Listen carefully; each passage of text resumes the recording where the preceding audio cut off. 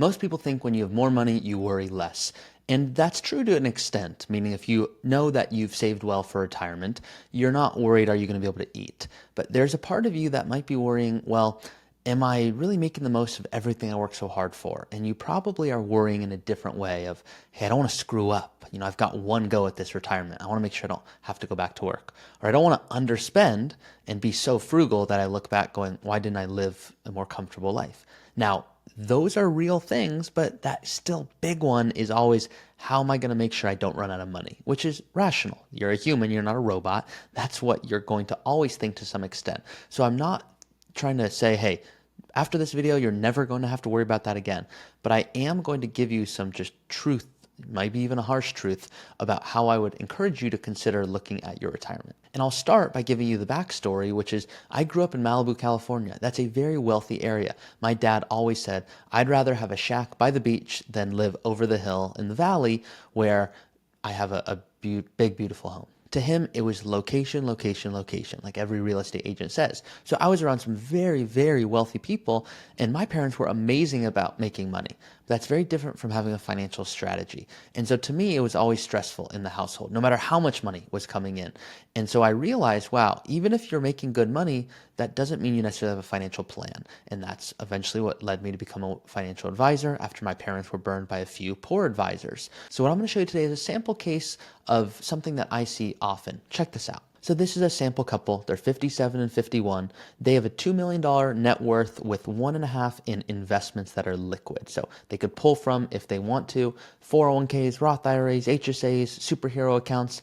They have a $600,000 home with a $210,000 mortgage. Now I'm going to validate what I think you're thinking about, but I'm going to tell you something surprising. So if you are feeling right now, yes, why do I still have this feeling of I can't retire, even though I have saved and invested well enough? Maybe you've even told yourself, once you get to $1 million, you'll worry less, but now that number changes to 1.5.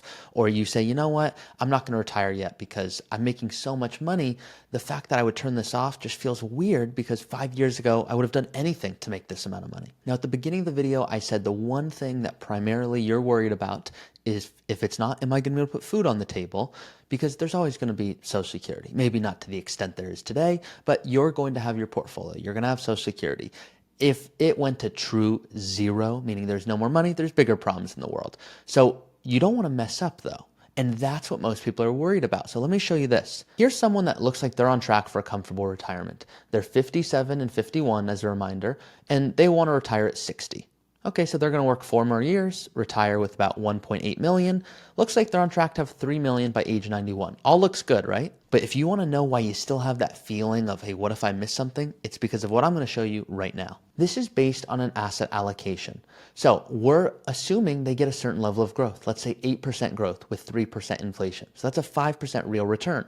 What if I switch this to a balanced portfolio? So a balanced portfolio would have the following impact. Watch this. All of a sudden, the only thing I shifted was their growth rate through retirement, and instead of having 3 million at the end, they have 1.1 million. What if I were to switch this to a conservative allocation? If I make that update, it looks even more bleak. And you can see here, I'm not showing you this to scare you. I'm showing you this to go, hey, this is real life. You get to decide what makes your plan. In this case, conservative is getting them right to the end. There's about $300,000 at the end. Now, I know what you're thinking. What is conservative? What is balanced? I'm going to show you right now. A balanced portfolio, we're putting at about 6.9% growth. So call it 6.9% growth with 3% inflation. So what's your real return? You're looking there at about a 3.9% real return. We're about 4%. A conservative portfolio, call it 35% equities, 65% fixed income, bonds, cash, some other alternatives, 6.2% annual return, 3% inflation. So we're looking at about 3.2% real return. Now, I hear your comments. I see them, and most of you will share, well, that seems unrealistic.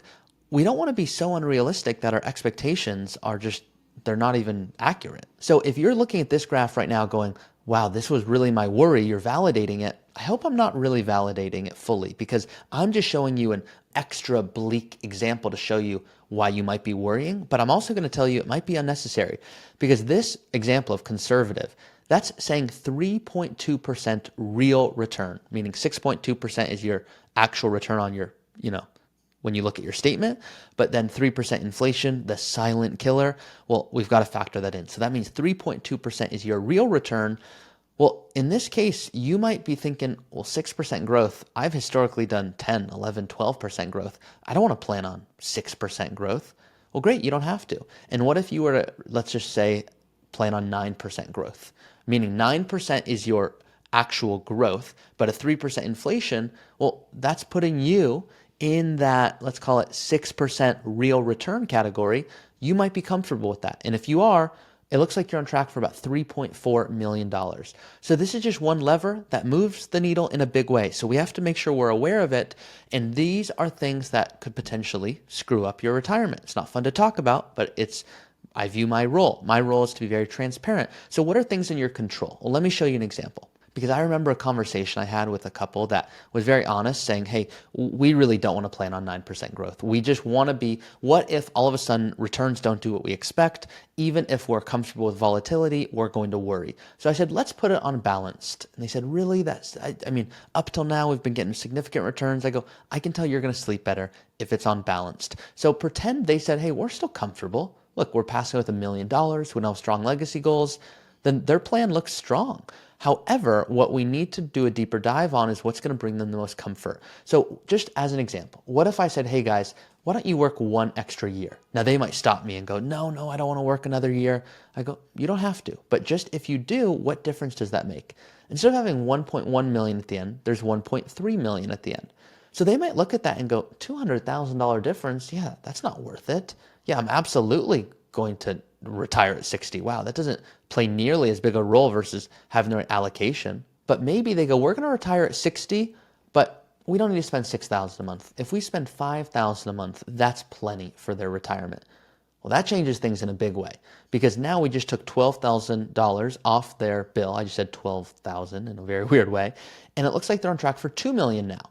So what did we just see? We just saw them working one more year doesn't really make a big difference to their plan. It makes about $200,000 difference. Them spending $1,000 a month fewer, that makes a big difference. That adds $1 million more at the end. So for your own situation, I'd recommend getting clarity around what level of an impact does it make by you working one more year? Because it can be big. It's one less year you're withdrawing from your portfolio, one more year adding 401k contributions, one more year getting confidence and building cash and reserves. And so yes, there's a benefit.